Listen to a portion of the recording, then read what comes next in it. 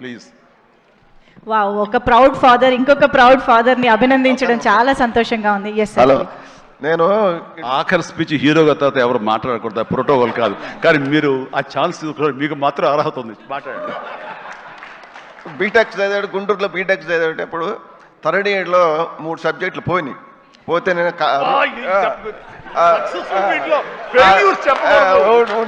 Successful మీట్లో failures చెప్పకూడదు sir. ఒక నిమిషం, నేను పోయితే వీడు ఫ్రెండ్ ఒకడు ఉంటే ఇద్దరు దుప్పట్టు కప్పుకొని గుడగుడ సినిమాలు ఎవరని చెప్పుకుంటారు. ఎవరు? చిరంజీవి గారి సినిమాలు.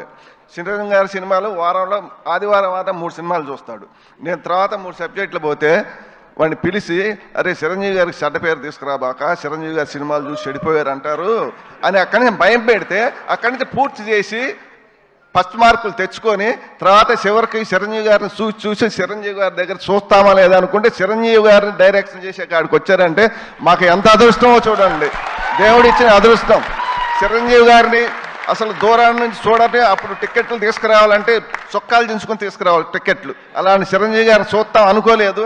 చిరంజీవి గారికి తోటి డైరెక్షన్ చేశారంటే మాకు ఎంతో అదృష్టం చిరంజీవి గారు దొరకటం. అదొకటి. మేము లాస్ట్ షెడ్యూల్లో Kerala first schedule Kerala shooting చేస్తుంటే అంతమంది జనంలో నన్ను పిలిచి చిరంజీవి గారు భోజనం తీసుకెళ్ళి ఆయన చేతుల మీద భోజనం పెట్టాడు.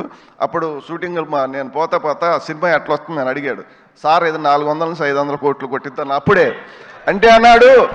ఎలా చెప్పగలిగామన్నాడు. మీ స్టైలు, మీ క్రాపు, మీ బూటు, మీ ప్యాంటు కలర్, అది ఆ రోజు పసుపు కలర్ వైట్ షర్ట్ వేశాడు, దాని మీద వైట్ మీద.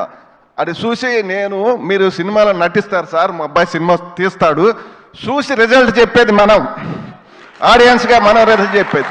ఆ రోజే చెప్పా నేను, చిరంజీవి గారు ఇది 400 నుంచి 500 మధ్యలో కొట్టిద్దని చెప్పా. నిజమా అన్నాడు. నిజం సార్ అన్న. అదొకటి. మాకు అనిలు 100 మైళ్ళు స్పీడ్ సినిమా తీస్తే చిరంజీవి గారు దాన్ని 200 మైళ్ళు చేశాడు.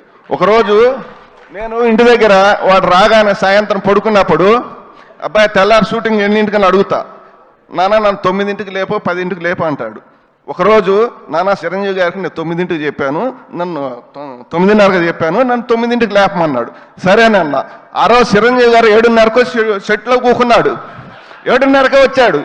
7:30కి వచ్చి మాకు ఫోను, ఆదం లేపితే ఆదల బాధ తినలేదు, ఏం లేదు, ఆదల బాధ లగెత్తాం మేము. చిరంజీవి గారు దానికి 200 స్పీడ్ బరిగిచ్చాడు. 200 స్పీడ్ బడిగిచ్చాడు సినిమా.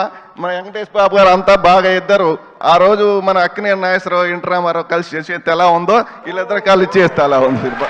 ఇద్దరు అంత బాగా చేశారు. చిరంజీవి గారికి రుణపడి ఉంటాం మేమంతా. థ్యాంక్ యూ అందరికి. Super sir. సో ఈ సినిమా రికార్డులని మొట్టమొదటిగా డిసైడ్ చేసిన అభిమానిగా ఈరోజు మీ మాటలు చాలా చాలా ఆనందాన్ని ఇచ్చాయి. Thank you so much sir. Hearty congratulations మీకు కూడా.